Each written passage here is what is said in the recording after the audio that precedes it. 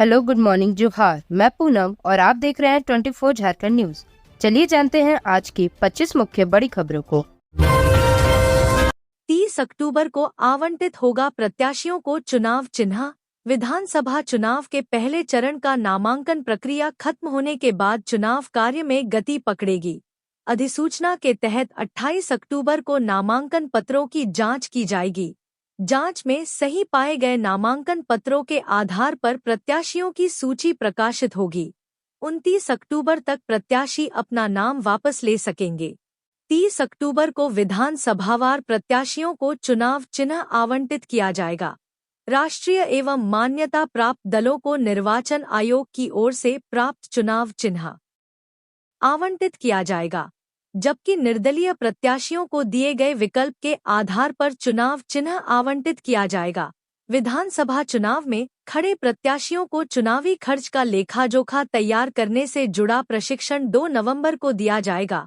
इसके लिए समाहरणालय सभागार में पूर्वाह्न 11 बजे से बैठक आयोजित की गई है, जिसमें प्रत्याशी अथवा उनके चुनाव अभिकर्ता मौजूद रहेंगे। निर्वाचन कार्यालय से मिली जानकारी के अनुसार पूरे चुनाव प्रक्रिया के दौरान 3 बार प्रत्याशियों के लेखा-जोखा की जांच की जाएगी।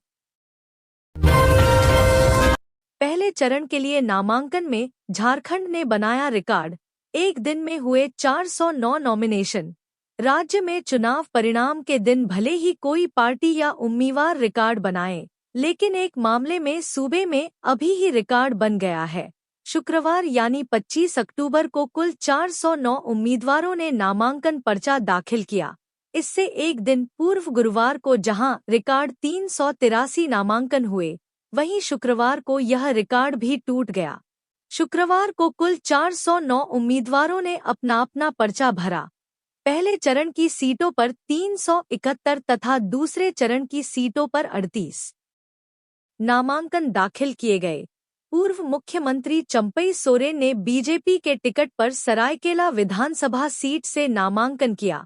वहीं आजसू प्रमुख सुदेश महतो ने सिल्ली से नामांकन पत्र दाखिल किया। झामुमो से बागी होकर बीजेपी में गए लोबिन हेम्ब्रम ने भी बोरियो विधानसभा सीट से नामांकन किया। इसी तरह बीजेपी प्रत्याशी विरंची नारायण ने बोकारो से नामांकन पत्र दाखिल किया। छतरपुर से कांग्रेस प्रत्याशी राधाकृष्ण किशोर ने भी पर्चा भरा। इसी तरह कई दिग्गज सहित अन्य उम्मीदवारों ने भी नामांकन पत्र दाखिल किए।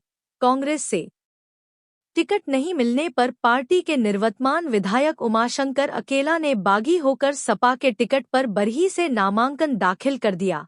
कांग्रेस ने उनका टिकट काटकर उनकी जगह तिलेश्वर साहू के पुत्र अरुण साहू को उम्मीदवार बनाया है। इधर पहले चरण की 43 सीटों पर नामांकन की प्रक्रिया शुक्रवार को पूरी हो गई। इन सीटों पर कुल 804 उम्मीदवारों ने नामांकन किए।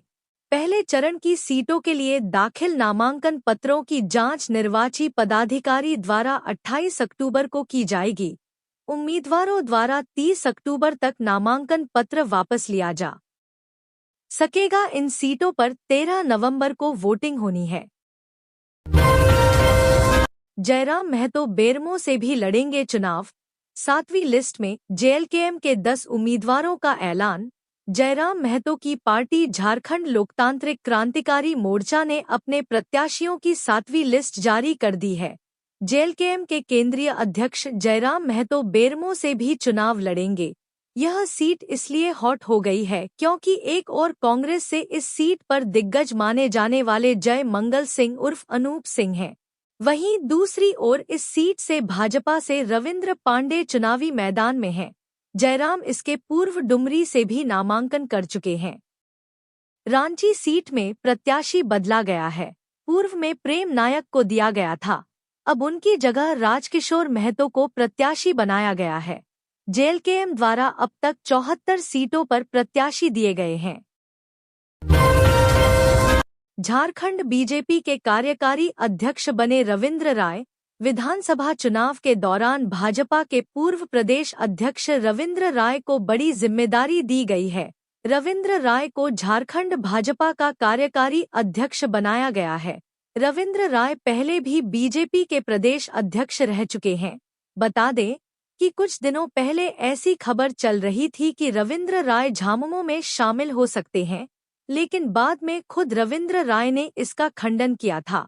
अभी हाल ही में रविंद्र राय को मनाने असम के मुख्यमंत्री हिमंता बिस्वा शर्मा उनके आवास पहुंचे थे। इधर बीजेपी प्रदेश अध्यक्ष बाबूलाल मरांडी ने रविंद्र कुमार राय को कार्यकारी प्रदेश अध्यक्ष बनाए जाने पर खुशी जताते हुए कहा है कि चूंकि प्रदेश अध्यक्ष चुनाव लड़ रहे हैं, वैसी स्थिति में संगठनात्मक कार्यों का निर्वहन करने में परेशानी होती, इस वजह से उन्हें जिम्मेदारी दी गई है। संगठनात्मक कार्य का उनको अनुभव रहा है, जिसका फायदा पार्टी को मिलेगा। उन्होंने रविंद्र राय की नाराजगी और पार्टी द्वारा डैमेज कंट्रोल की कोशिश को खारिज करते हुए कहा कि चुनाव में संगठनात्मक कार्य देखने के लिए केंद्रीय नेतृत्व का यह फैसला उचित है। देवेंद्रनाथ महतो ने किया प्रति नॉमिनेशन फाइल, 28 अक्टूबर को नामांकन पूरा करने के बाद निकाला जाएगा जुलूस। राज्य में विधानसभा चुनावी सरगर्मी तेज है। यह चुनाव 2 चरणों में संपन्न होगी। प्रथम चरण की नामांकन की तिथि शुक्रवार को समाप्त हो गया। झारखंड लोकतांत्रिक क्रांतिकारी मोर्चा के उपाध्यक्ष देवेंद्रनाथ महतो ने सिल्ली विधानसभा क्षेत्र से शुक्रवार को एक प्रति नॉमिनेशन फाइल कर दिया है। देवेंद्रनाथ महतो 28 अक्टूबर को अपने नॉमिनेशन प्रक्रिया को पूर्ण संपन्न करेंगे। 28 अक्टूबर को विधिवत तरीके से अन्य 3 प्रति नॉमिनेशन फाइल कर प्रक्रिया को पूर्ण संपन्न किया जाएगा। विधानसभा क्षेत्र के संगठन चुनाव प्रभारी कृष्णा महतो ने कहा कि संगठन के कई वरिष्ठ पदाधिकारी सहित हजारों भारी समर्थकों के साथ नामांकन जुलूस निकाला जाएगा, जिसकी प्रशासनिक अनुमति प्राप्त कर ली गई है। नामांकन रैली का रूट जारी करते हुए बताया कि राहे, सोनातू और सिल्ली प्रखंड के सभी लोग टुटकी मैदान सिल्ली में एकत्रित होंगे। वहीं अन्य संपूर्ण राज्य से आने वाले संगठन कार्यकर्ता व जनसाधारण का जुटान ईएफ मैदान टाटिसिलवे में होगा। इसके बाद सभी का एक साथ मोरहाबादी मैदान में जूठन होना तय होगा। इसके बाद वहां से पदयात्रा करते हुए समाहरणालय भवन रांची पहुंचेंगे।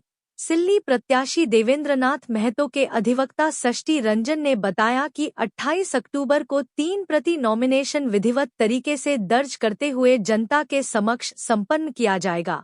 बताते चले कि देवेंद्रनाथ महतो को पिछले रांची लोकसभा चुनाव में नॉमिनेशन के दौरान ही गिरफ्तार कर लिया गया था।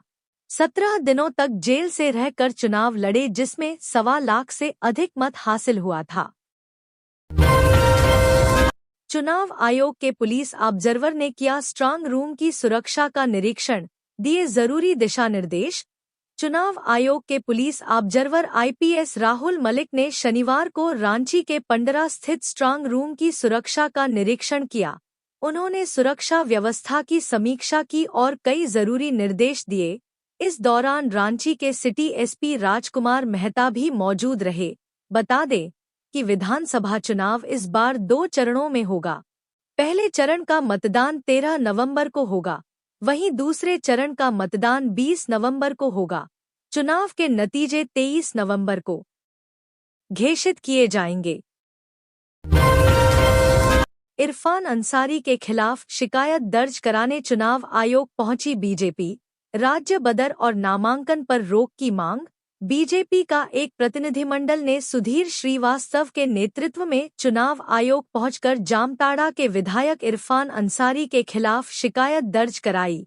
साथ ही ज्ञापन देकर मांग किया कि विधानसभा चुनाव तक इरफान अंसारी को राज्य बदर कर दिया जाए और उनको नामांकन से रोका जाए। साथ ही उनके खिलाफ आपराधिक मामला दर्ज करने का आदेश दिया जाए। सुधीर श्रीवास्तव ने कहा कि सीता सोरेन एक अनुसूचित जनजाति और विधवा महिला है और किसी विधवा महिला को अनुचित शब्द कहकर संबोधित करना न सिर्फ आदिवासियों का अपमान है, बल्कि राज्य और देश के सभी विधवा महिलाओं का भी अपमान है। कांग्रेस पार्टी का आदिवासी महिला के बारे में क्या सोच है, वो अब जग जाहिर हो चुका है। भारतीय न्याय संहिता की धारा 74 में प्रावधान है कि जो कोई भी व्यक्ति किसी महिला के सम्मान को ठेस पहुंचाने जैसा गंभीर अपराध करेगा, उसको दंडित किया जाएगा। आज दुर्गा सोरेन जीवित होते तो क्या इरफान अंसारी उनकी पत्नी को ऐसा शब्द कह पाते? प्रतिनिधिमंडल ने इरफान अंसारी के द्वारा कहा गया शब्द का वीडियो भी जमा किया है। प्रतिनिधिमंडल में लक्ष्मी पात्रो शामिल थी। राजा पीटर ने बाबूलाल मरांडी से की मुलाकात, चुनाव को लेकर हुई बातचीत। तमाड़ से एनडीए के प्रत्याशी राजा पीटर ने शनिवार को बीजेपी के प्रदेश अध्यक्ष बाबूलाल मरांडी से मुलाकात की है। यह मुलाकात बाबूलाल मरांडी के मोरहाबादी स्थित आवास में हुई है। बता दें कि हाल ही में राजा पीटर ने जदयू ज्वाइन किया है, जिसके बाद उन्हें जदयू ने तमाड़ सीट से उम्मीदवार के तौर पर चुनावी मैदान में उतारा है। बता दें कि राजा पीटर साल 2009 में हुए तमाड़ उपचुनाव के वक्त सुर्खियों में आए, तब मुख्यमंत्री रहे शिबू सोरेन के लिए उपचुनाव जीतना जरूरी था। पूर्व मंत्री रमेश सिंह मुंडा की 9 जुलाई 2008 को बुंडू के एक स्कूल कार्यक्रम में दिनदहाड़े हत्या के बाद तमाड़ सीट खाली थी। शिबू सोरेन कॉन्फिडेंट थे, लेकिन तमाड़ में वे राजा पीटर से हार गए। झारखंड में 10 दिनों तक रद्द रहेगा 1.5 दर्जन ट्रेनों का परिचालन। जानिए क्या है वजह। झारखंड में दिवाली के अवसर पर ट्रेन से यात्रा करने वालों के लिए एक बुरी खबर है। यहां टाटानगर से 10 दिनों तक 1.5 दर्जन ट्रेनों का परिचालन रद्द रहेगा। इसे लेकर रेलवे ने बताया कि इस दौरान थर्ड लाइन के लिए तैयार नए आरआरआई में ट्रेन परिचालन सिस्टम अपडेट किया जाएगा। इसके साथ ही सिग्नल पोस्ट, पैनल और नए पॉइंट के साथ कई अन्य यंत्र भी लगाए जाएंगे। बता दें, टाटानगर में लाइन ब्लॉक का दिन फिलहाल तय नहीं हुआ है, लेकिन रधरपुर मंडल के अधिकारी थर्ड लाइन शुरू कराने में जुट गए हैं। यहां जोन से टाटानगर से आदित्यपुर और सलगाझुरी के बीच थर्ड लाइन का काम जल्द खत्म करने का आदेश दिया गया है। जानकारी के मुताबिक जुगसलाई से आदित्यपुर तक थर्ड लाइन बनकर तैयार है। यहां टाटानगर स्टेशन आउटर को यार्ड की 7 नंबर लाइन से जोड़ने का काम जारी है, जबकि सलगाझुरी में थर्ड लाइन को ट्रायल का इंतजार है। इसी कारण परिचालन और इंजीनियरिंग विभाग में लाइन ब्लॉक के दौरान टाटानगर की कई लोकल ट्रेनों के साथ एक्सप्रेस ट्रेनों को आदित्यपुर से चलाने की योजना है, ताकि यात्रियों को दिक्कत न हो। जानकारी हो, इससे पहले भी आदित्यपुर में आरआरआई को अपग्रेड करने के लिए 7 से 27 सितंबर तक लाइन ब्लॉक लिया गया था। तभी रेलवे ने टाटानगर से चलने वाली 22 ट्रेनों को रद्द किया था, जबकि आधा दर्जन ट्रेनों का रूट बदला गया था। इस कारण हजारों यात्रियों को परेशानी हुई थी। वहीं इस दौरान रेलवे द्वारा बस चलाकर यात्रियों को कांड्रा स्टेशन पहुंचाने के साथ जमशेदपुर लाया गया था। इस बार भी टाटानगर में ब्लॉक के दौरान ट्रेनों को आदित्यपुर से अप डाउन कराने पर बातचीत चल रही है। पुलिस ने 6 साइबर अपराधियों को किया गिरफ्तार, मोबाइल सिम सहित नगद राशि बरामद। जामताड़ा साइबर क्राइम थाना की पुलिस ने 6 शातिर साइबर अपराधियों को गिरफ्तार करने में सफलता हासिल की है। एसडीपीओ विकास आनंद लागोरी ने साइबर क्राइम थाना में प्रेस कॉन्फ्रेंस कर मामले का खुलासा किया है। एसडीपीओ ने बताया कि एसपी को गुप्त सूचना मिली थी कि करमाटांड थाना क्षेत्र के सामुपोखर, सीताकांटा और घोषवाद में कुछ साइबर अपराधी साइबर अपराध की घटना को अंजाम दे रहा है। एसपी के निर्देश पर साइबर थाना प्रभारी अब्दुल रहमान के नेतृत्व में एक टीम का गठन किया, जिसमें इंस्पेक्टर बिहारी मरांडी एवं अन्य पुलिसकर्मी शामिल थे। गिरफ्तार अपराधियों के पास से 30,000 नगद, 16 mobile, 21 SIM card, ATM card, passbook, Aadhaar card और एक मोटरसाइकिल बरामद किया। सभी साइबर अपराधियों के विरुद्ध साइबर क्राइम थाना में मामला दर्ज करते हुए न्यायिक हिरासत से जामताड़ा जेल भेज दिया गया। एसडीपीओ ने बताया कि माई जियो ऐप से फोनपे में 2,999 का कैशबैक का मैसेज भेजते थे तथा ग्राहक को एक्सेप्ट करने के लिए बोलते थे। जैसे ही एक्सेप्ट करता था, वैसे ही साइबर अपराधियों के अकाउंट में पैसे आ जाते थे। वहीं क्रेडिट डेबिट कार्ड बंद होने की बात बताकर एवं लोगों को झांसा में लेकर मोबाइल में स्क्रीन शेयरिंग ऐप जैसे एनीडेस्क, टीमव्यूअर डाउनलोड करवा कर क्रेडिट डेबिट कार्ड सभी तरह का गोपनीय जानकारी प्राप्त कर साइबर ठगी करता था। बताया कि साइबर अपराधियों का कार्यक्षेत्र पश्चिम बंगाल, बिहार, उत्तर प्रदेश सहित अन्य राज्यों में था। उद्घाटन के 21 दिन बाद ही धनसी झारखंड की पहली 8 लेन सड़क। नर्सिंग की छात्रा का गिरने से हाथ पैर टूटा। झारखंड की पहली 8 लेन सड़क उद्घाटन के 21 दिनों के बाद ही धंस गई। यह सड़क 461.90 करोड़ की लागत से बनी थी। इसका उद्घाटन मुख्यमंत्री हेमंत सोरेन ने 4 अक्टूबर को ऑनलाइन किया था। शुक्रवार शाम करीब 4 बजे झारखंड मोड़ से तेतुल मारी की ओर जाने वाले धारजोड़ी बस्ती के पास सर्विस लेन की सड़क धंस गई। यहां पर 8-10 मीटर चौड़ा और 8 मीटर गहरा गड्ढा बन गया है। घटना के बाद ना तो यहां कोई बैरिकेडिंग की गई है और ना ही सुरक्षा के लिए कोई व्यवस्था की गई है। बैरिकेडिंग न होने के कारण असरफी अस्पताल से लौट रही नर्सिंग की 3 छात्राएं गड्ढे में गिर गईं। इससे एक छात्रा का हाथ और पैर टूट गया। यह पहली बार नहीं है। इससे पहले भी इस सड़क के एक हिस्से में धंसने की घटना हो चुकी है। वहीं सास के डीडीएम संजय कुमार ने कहा कि सर्विस लेन में 2 मीटर जगह छोड़ी गई थी। यहां राइजिंग पाइप बिछाई गई थी। इस पाइप में लीक हो गई। इससे मिट्टी का कटाव हुआ और सड़क धंस गई। नियम के अनुसार राइजिंग पाइप की टेस्टिंग के बाद ही सड़क बननी थी, लेकिन मुआवजे की राशि में देरी होने के कारण सर्विस लेन बिना टेस्टिंग के बनाई गई। अब पाइपलाइन की जांच और मरम्मत का काम किया जा रहा है। यह काम शनिवार से शुरू होगा। लोक जनशक्ति पार्टी ने जारी की 20 स्टार प्रचारकों की लिस्ट। चिराग पासवान सहित ये नेता संभालेंगे कमान। झारखंड विधानसभा चुनाव को लेकर लोक जनशक्ति पार्टी ने 20 स्टार प्रचारकों की सूची जारी कर दी है। पार्टी के राष्ट्रीय अध्यक्ष और केंद्रीय मंत्री चिराग पासवान सहित सभी सांसद और झारखंड प्रदेश अध्यक्ष वीरेंद्र प्रधान राष्ट्रीय समिति के अन्य पदाधिकारी एनडीए समर्थित उम्मीदवारों के पक्ष में जनता से वोट मांगेंगे। इस सूची में सांसद अरुण भारती, वीणा देवी, राजेश वर्मा और आई शांभवी जैसे प्रमुख नाम शामिल हैं। बता दें कि चिराग पासवान चतरा में अपने पार्टी प्रत्याशी जनार्दन पासवान के नामांकन के साथ साथ सिमरिया और भावनाथपुर के बीजेपी प्रत्याशियों के नामांकन में भी शामिल हुए थे। बिहार में पिछले लोकसभा चुनाव में 100% स्ट्राइक रेट के साथ शानदार प्रदर्शन कर चुकी लोजपा के प्रमुख चिराग पासवान की झारखंड में भी अच्छी खासी मांग देखी जा रही है। बंगाल से झारखंड क्यों आ रही इतनी चांदी? धनबाद में फिर 13 किलो चांदी के बर्तन और गहने जब्त। झारखंड में विधानसभा चुनाव से पहले पश्चिम बंगाल से नकद और चांदी का प्रवाह बढ़ गया है।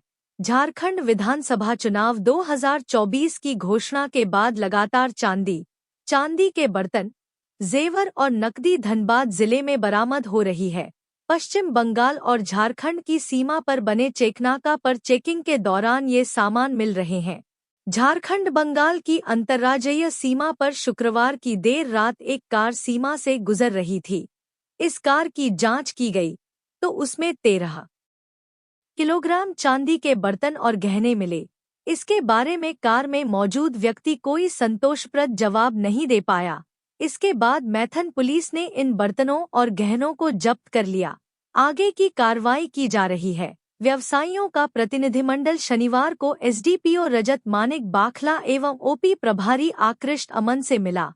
प्रतिनिधिमंडल के सदस्य बर्तन और जेवरात से संबंधित कागजात दे रहे हैं। स्थानीय पुलिस ने वरीय पुलिस अधिकारी एवं प्रशासनिक अधिकारियों से आगे की कार्रवाई के लिए दिशा निर्देश मांगा है। विश्रामपुर का बदला राजद ने छतरपुर से लिया। कांग्रेस के खिलाफ उतारा प्रत्याशी। राजद के साथ कांग्रेस की तकरार बढ़ी है। कांग्रेस ने गुरुवार को 7 प्रत्याशियों की सूची जारी की थी। उसमें राजद के खिलाफ उम्मीदवार उतार दिया था। कांग्रेस ने विश्रामपुर से सुधीर कुमार कुशवाहा को उम्मीदवार बनाया था। विश्रामपुर का बदला राजद ने छतरपुर से लिया है। शुक्रवार को राजद ने छतरपुर से कांग्रेस के प्रत्याशी राधाकृष्ण किशोर के खिलाफ विजय राम को मैदान में उतार दिया है। राजद प्रत्याशी विजय राम ने नामांकन भी कर लिया। इधर कांग्रेस नेता एम तौसिफ ने हुसैनाबाद से नामांकन कर दिया है, जबकि पार्टी ने उन्हें सिंबल नहीं दिया है। गठबंधन में यह सीट राजद के कोटे में गई है।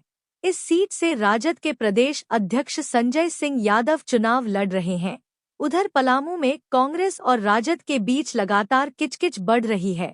कुछ ऐसी ही स्थिति भाकपा माले और झारखंड मुक्ति मोर्चा के हिस्से वाली सीटों पर भी पैदा हुई है।